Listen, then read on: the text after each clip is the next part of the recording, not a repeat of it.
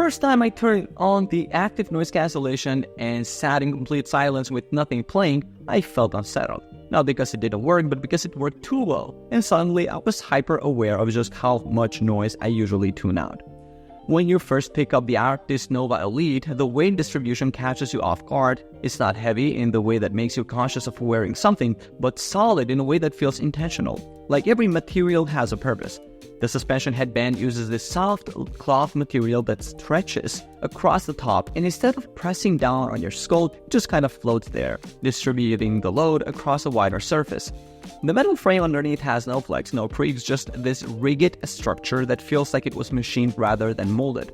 The yoke arms that connect the ear cups have this smooth, cool-to-touch finish that immediately shows fingerprints, which bothers me more than it probably should. But when you rotate the cups to adjust them, there's this controlled resistance. Not loose, not stiff, just this measured friction that makes you feel like the hinges were designed to last years, not months. The volume wheel of the right cup is metal. No, not plastic. And it clicks audibly with each increment, giving you tactile confirmation without having to look. The ear cups themselves are thick and plush, wrapped in leather that seals tightly around your ears. It's the kind of seal that makes active noise cancellation possible, but it also means your ears get warm after an hour or two. The inside lining is completely flush, no weird microphone housings poking into your ear like I've felt on older models. So when you press the cups against your palms, you can feel the density of the foam, the kind of thing that doesn't bottom out even when you wear them for hours. The first time I launched a game with these on, I immediately noticed how much sharper with high-end detail was. Not harsh or piercing, but present in a way that made me realize how much I'd been missing.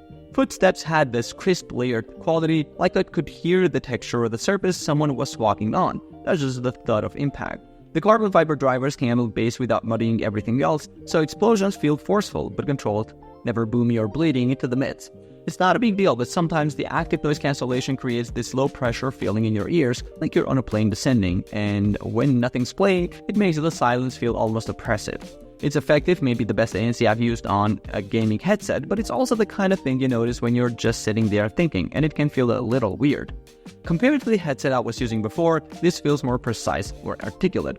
The soundstage is wider, so positional audio in competitive games actually helps instead of just being a gimmick. Music sounds surprisingly good too, which I wasn't expecting from something marketed primarily for gaming. But the high-res wireless certification isn't just a spec. You can hear the difference in the clarity and separation between instruments. When you scroll through the product page, you can immediately see what the company wants you to focus on. The high-res wireless certification, the carbon fiber drivers, the best ANC in gaming claim, and honestly, those features do match what I experienced. But what's interesting is how much they emphasize the four-source mixing and the base station connectivity, which feels like something designed for streamers or people managing multiple devices at once. For me, that wasn't the standout feature. What actually changed how I use this headset day to day was the combination of passive isolation and active noise cancellation working together. It's the thing that made me keep reaching for these instead of my other headphones. But it's not really the headline. I always find it interesting what brands lead with, because it tells you who they think the audience is. And sometimes that's not the same as who actually ends up using the product.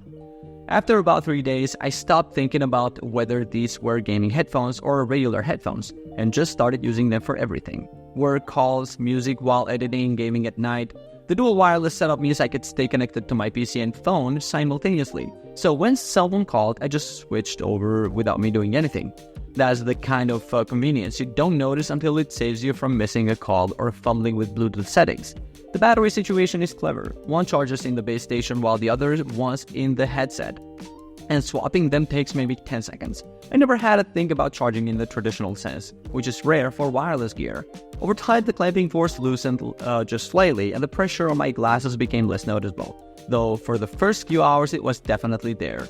One thing I didn't expect to appreciate was how intuitive the microphone setup is. The boom mic folds down when you need it, and when you retract it, the built-in mic takes over automatically. There's no button, no mode switch, it just works. It's the kind of thing you stop thinking about while using it, in a good way.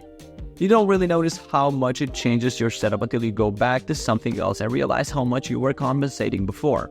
The leatherette on the ear cups gets warm, and if you're wearing these for more than 2 hours in a warm room, it starts to feel like your ears are being insulated a little too well. It's not uncomfortable exactly, but it's one of those small things that only becomes obvious after a few hours.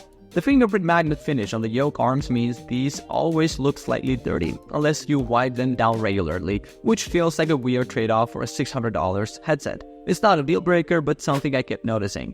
The transparency mode is oddly implemented. Instead of making the world sound more natural, it deepens your own voice and makes everything feel more closed in, which is the opposite of what transparency mode usually does.